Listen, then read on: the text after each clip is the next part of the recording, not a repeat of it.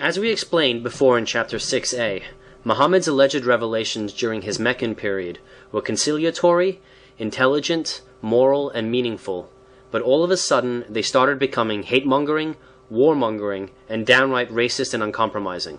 When and what triggered his change of mind? It was the accumulation of several factors that led to Muhammad's frustration regarding his own perceived prophetic mission. Most people do not know that he spent almost 13 years of his life preaching and exhorting his message to all those who would listen to him among his own tribe of Quraysh, but was only able to convert about 78 men and women, most of whom were close friends and their slaves.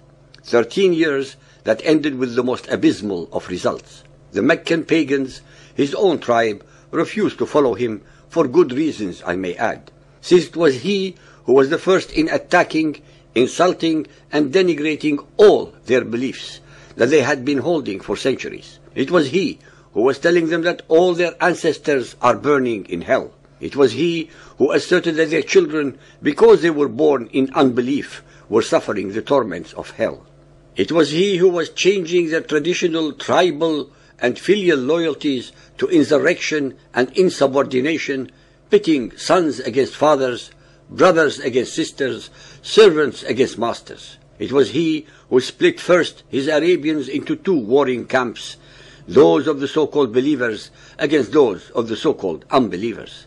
It was Muhammad in his Quran who divided the humanity into two groups, those of the so-called believers eternally fighting, forcefully converting, subjugating, or annihilating the majority of human beings called unbelievers.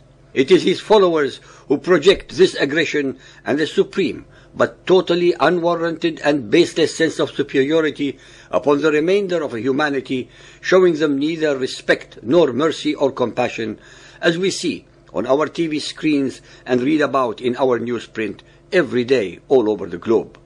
Muhammad was satirized, ridiculed, and insulted by his own family and tribe because they knew very well that he was plagiarizing, plundering, pirating, and or perverting stories that they themselves had already heard during the Ukaz fairs from Judaized and Christianized Arabs. Contrary to all the lies and perversions of facts created by the followers of Muhammad against the pagan Arabs, they could have had him slaughtered at any time they chose to, but did not do so to one of their own whom they considered possessed by evil spirits. They were of course right in their analysis, but never would have believed the depraved degree that he would in the end stoop to achieve his own selfish agenda. It was a very unfortunate error of judgment for the pagan Arabs that they showed infinitely greater mercy, compassion, and decency towards the renegade Muhammad than he later showed to them. It is typical of Muhammadan Muslims, who live in a culture of total denial, to conveniently ignore the fact that it was Muhammad who initiated the attacks and aggression against his own people and not the other way around. Can any of our listeners, be they Muhammadans or otherwise, have any doubt as to what would happen to any human being who would publicly declare in any Muhammadan Muslim state that Islam is garbage, or that Muhammad is a fraud, or that Allah is not God? Just in case we have any doubters, please remember what the followers of Muhammad did all over the Muhammadan world and Europe just because of some silly cartoons depicting Muhammad as a terrorist. Yet the same Muhammadan believers show great outrage and an incredible level of hypocrisy at the opposition shown by the pagan Arabs to Muhammad's humiliating insults and attacks at their core belief systems and of religion 1400 years ago. When Muhammad received what they call the second pledge of Aqaba from the Aus and Khazraj tribes of Al-Madinah, that they would protect him as they would their women and children, Muhammad henceforth had able-bodied and believing mercenaries to do his bidding. He had thus instantly been turned from a weak and helpless individual to a chieftain of a militant and organized crime syndicate. It was at that very moment of his life, and just before he left Mecca to Al-Madinah, to join his new allies, that he conveniently revealed the first fighting verses to be followed by hundreds upon hundreds more later on. Al-Tawbah 9.5. But when the forbidden months are past, then fight, slay, faqtulu, the pagans wherever ye find them, and seize them, beleaguer them, and lie in wait for them in every stratagem of war.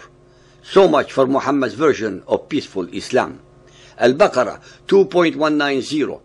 Fight, qatilu in the cause of Allah those who fight you, yuqatilunakum, and fight them, waqatiluhum, on until there is no more tumult or oppression. Fighting, al-qital, is prescribed for you, although you dislike it. Al-Anfal 8.39. And fight with them, waqatiluhum, until there is no more persecution, and religion should be only for Allah. Al-Saf 61.4. Surely Allah loves those who fight, yuqatiluna, in His way. This word qatl and its derivatives are repeated in the Quran and Hadith at least 35,213 times. Sahih al-Bukhari 4.256, narrated by As-Sab bin Jathama. The Prophet was asked whether it was permissible to attack the pagan warriors at night with the probability of exposing their women and children to danger. The Prophet replied, they, i.e. the women and children, are from them, i.e. pagans. In this command, Muhammad establishes that it is permissible to kill non-combatants in the process of killing a perceived enemy. This provides justification for the many Islamic terror bombings. Sahih al-Bukhari 4.220, narrated by Abu Huraira. Allah's Apostle said, I have been made victorious with terror. Sunan Abu Dawud Hadith 2635, narrated by Anas bin Malik. The Prophet said, I am commanded to fight with men till they testify that there is no God but Allah, and that Muhammad is His servant and His apostle. Face our Qibla, the direction of prayer, eat what we slaughter, and pray like us. Far from being mere theological construct or history, the violent verses of the Quran have played a key role in the many massacres in Muhammadan history, including the brutal slaughter of tens of millions of Hindus for 5 centuries, beginning around 1000 AD with Mahmud of Ghazni's bloody conquest. Buddhism was very nearly wiped off the Indian subcontinent. Judaism made the same fate in the Middle East as did Christianity, there as well as across North Africa and parts of Europe, including Turkey. Zoroastrianism, the ancient religion of a proud Persian people, is despised by Mohammedans and barely survives in modern Iran. So ingrained is violence in the cult of Mohammedan Islam, it has never really stopped being at war either with other religions or with itself. As a piratical leader, he inspired his followers to do battle even when they did not feel it was right to fight, threatening them with hell if they did not, promising them slaves and booty if they did. Muhammad and his men invariably raped traumatized women captured in battle just after having had their menfolk slaughtered in front of their eyes. Muhammadan apologists often claim that Muhammadan Islam only attacked in self-defense. This is not only an oxymoron, but it is flatly contradicted by the accounts of their wars of aggression as recorded by their historians and others going back to the time of Muhammad. The most obscenely untrue statement that can be said about Muhammadan Islam is that it is a religion of peace. If every standard by which the West is judged and condemned, slavery, imperialism, intolerance, women's rights, warfare, were applied equally to it, the verdict would be absolutely devastating. Muhammadan Islam never gives up what it conquers, be it religion, culture, language, or life. Muhammadan Islam never makes apologies or any real effort at moral progress regarding its misdeeds. It is the least open to dialogue and the most self-absorbed. It is convinced of its own perfection, yet never open to critical examination. This is what makes the verses of violence so dangerous. They are given the weight of divine command. Jihad is central to the cult of Muhammad. It is the unannounced 6th pillar of Muhammadan Islam. Speaking of peace and love may win over the ignorant, but when every 12th verse of the Quran either speaks of Allah's hatred for non-Muslims or calls for their death, forced conversion or subjugation, it's little wonder that sympathy for terrorism runs as deeply as it does in the broader community, even if most Muhammadans on the personal level prefer not to interpret their belief system in this way.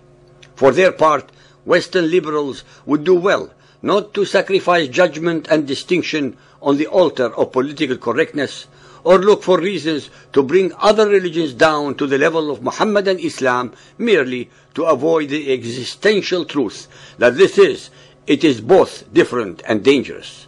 Muhammad's Quran is full of warmongering, hate-mongering, satanic and racist verses that could not have been possibly emanating from any omniscient, compassionate and merciful divine entity.